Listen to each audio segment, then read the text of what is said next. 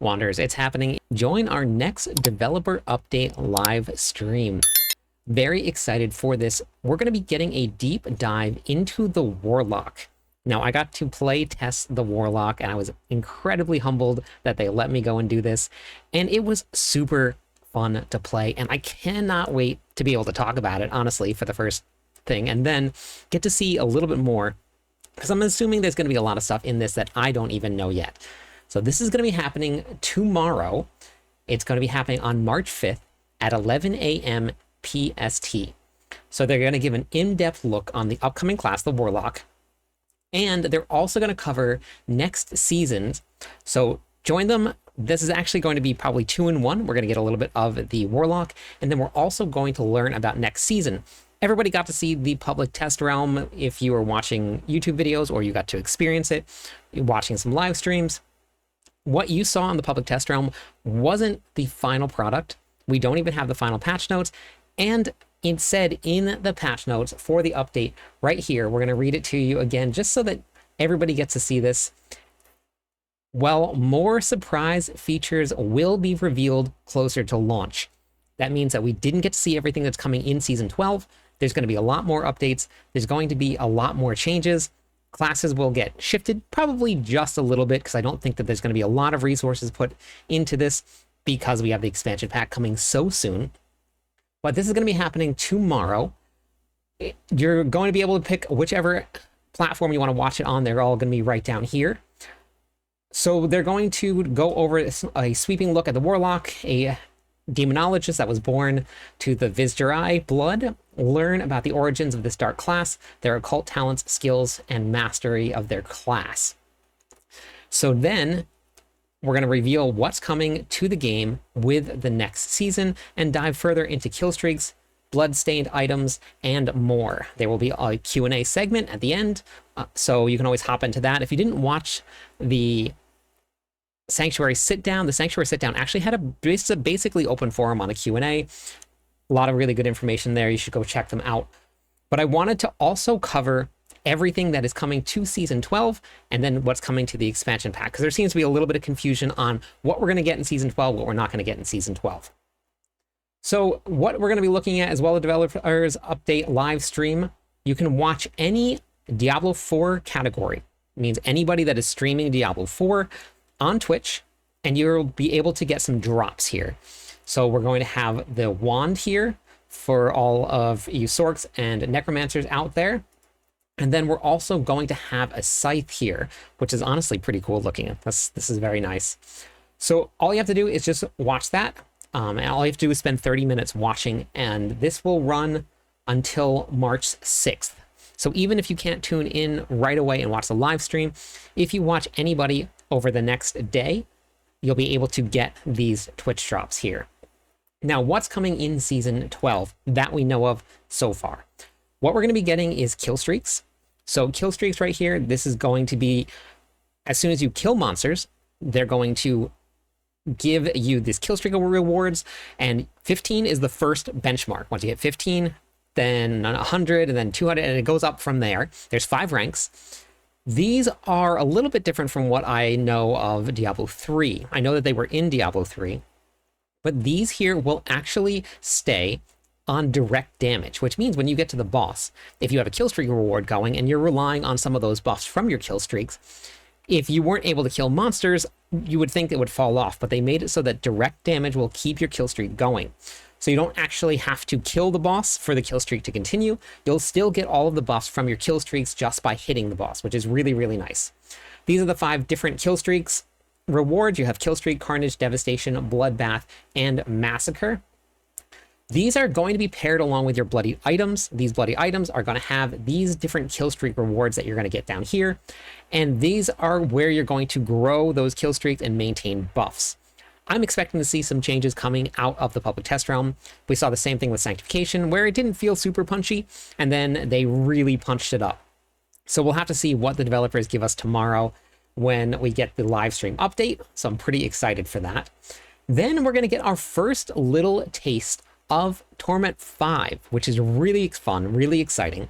In some of the reveal videos, people noticed that there was a Torment 5 coming in the expansion pack. They did say in the Sanctuary sit-down that there will also be additional torment tiers. Super exciting, but how much harder is it going to be?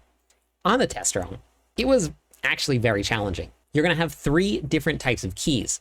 You're going to have Nightmare Dungeon, Infernal Hordes, and Lair bosses, and the Butcher is in all of them. So this is your Burning Butcher right here. You can actually have 2 different Butchers inside of a Nightmare Dungeon and inside of the Infernal Hordes, which we'll have to see how this works, because the Infernal Hordes could be the best leveling in the game. Depends on what comes out of the PTR and what gets removed, but there's always going to be Butchers spawning every single wave. When you kill those Butchers, it was massive experience. We'll have to see, but it also is incredibly difficult.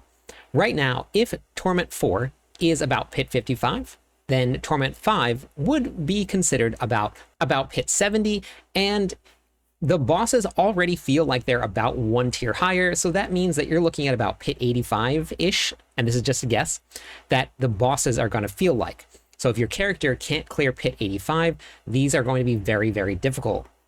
They hit harder, they have more life, so this is going to be something that we're going to get to test how it feels to be in that extra torment, so that's going to be pretty fun to see. These are going to be a one-time use for these boss sigils. It's not something you go to a boss and you open this and then you kill the bosses over and over again. You open it up, you kill the boss once, they have increased loot, they have increased drop for your bloodied gear.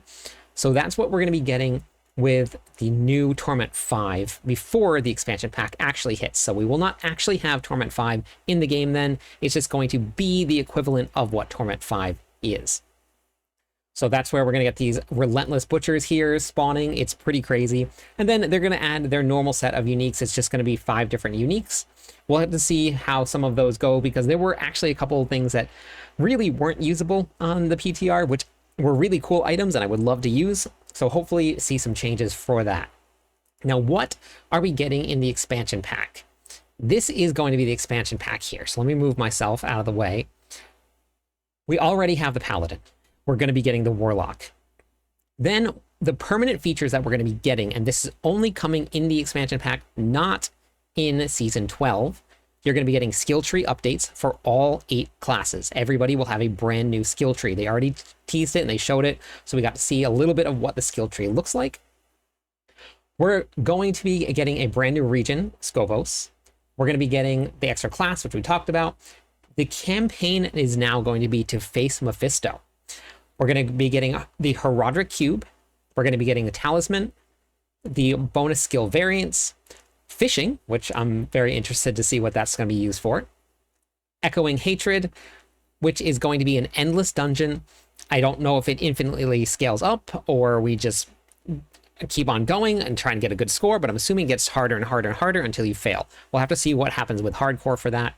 And then we're going to have war plans going into that as well. So there's a lot that's coming. This is also going to be loot filters, which we've got to see a preview of, and they actually talked about it in the developers update with the Sanctuary sit-down. The grayed out function that we saw, it was just an in-development process, and you will not be able to see or interact with anything that is not on your loot filter. You will only be able to get what you want. Now, everybody was talking about not being able to auto-salvage things and how bummed they were about it. In the live stream for the Sanctuary sit-down, they actually talked about it a little bit. They're basically taking it so that you don't need to salvage anything. They're pretty much going to be removing that function from the game because it's something that players just really don't enjoy or don't really want to do. In the very beginning of Diablo 4, it had a really good purpose, but it's kind of developed into something that they don't feel is really necessary. So you actually don't have to worry about all of the stuff that you won't be picking up and bringing back to town, which means you're going to be going to town a lot less. It's a really good change, a really good update, and that loot filter will show you exactly what you want to drop. So you can just keep on killing bosses until you see the perfect piece of gear, drop, and then it's yours. So that was a really good update that they're going to have as well.